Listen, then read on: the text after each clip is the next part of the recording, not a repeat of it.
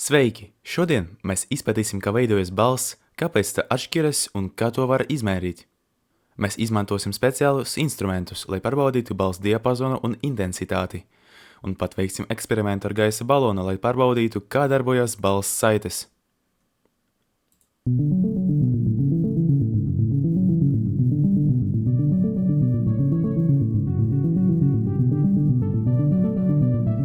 Katru dienu mēs izmantojam balsi komunikācijai.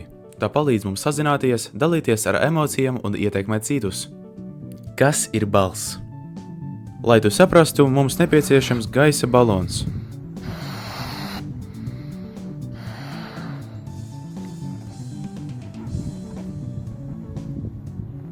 Kad mēs izlēžam gaisu caur šauru atveri, tas rada vibrācijas un skaņu, tieši tāpat kā balss saites vibrē, kad mēs runājam vai dziedām. Piepūtīsim balonu un izstiepsim tā kaklu. Izskan pikstēšanā. Tas ir gaiss, kas izplūst caur šauru spraugu, kas liek balona kaklam vibrēt, un vibrācijas rada skaņu. Tāpat kā balona gumijas sienijas darbojas arī cilvēka balss saites. Tas ir divas elastīgas pleves, kas aiztur gaisu šaurakajā balsenes daļā. Mēs uzņēmam gaisu krūtis.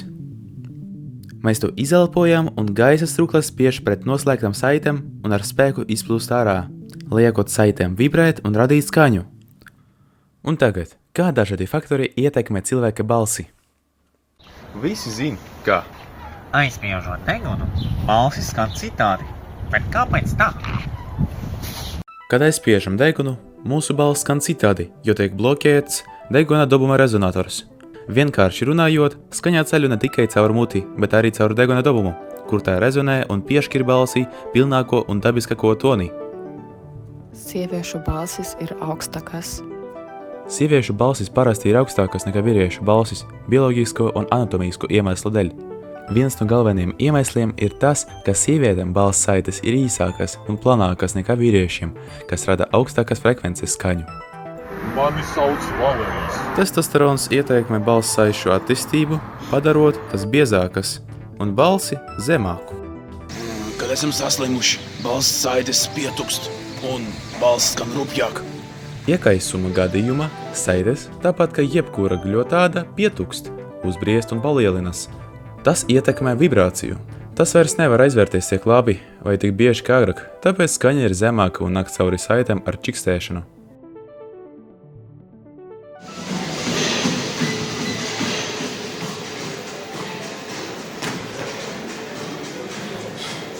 Nogurums un fiziska slodze padara balsi klusāku un margāku.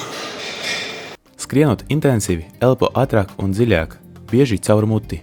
Tas izraisa gļotādu sausumu un kairinājumu, jo gaiss īpaši augstā un sausā vidē nefiltrējas caur degunu un nenonāk mitrināts balsenē. Sausās balss saites vibrē citādi, radot raupjāku un aizsmakušu toni.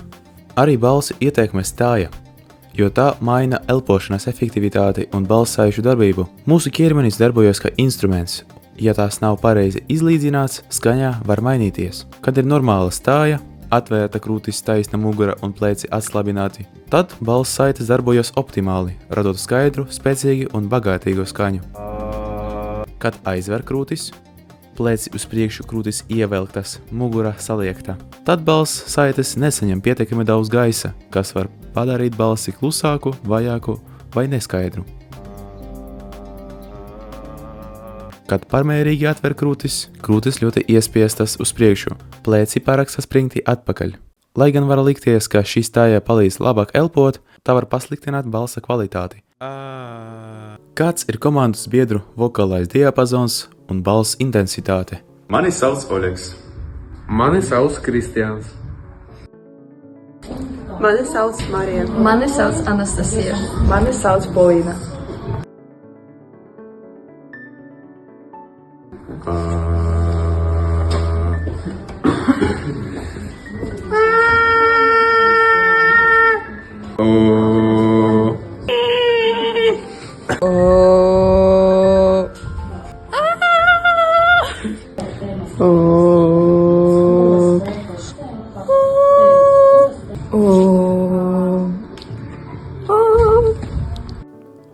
Pēc Pēc mūsu eksperimenta ir novērojamas atšķirības starp dažādu cilvēku balsim un to ietekmojošajiem faktoriem.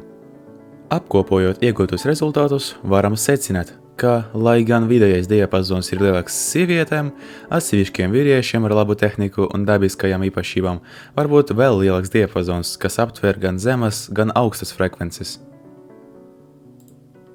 Pēc iegūtajiem datiem varam secināt, ka vīriešu diapazons mūsu komanda ir lielāks nekā sieviešu.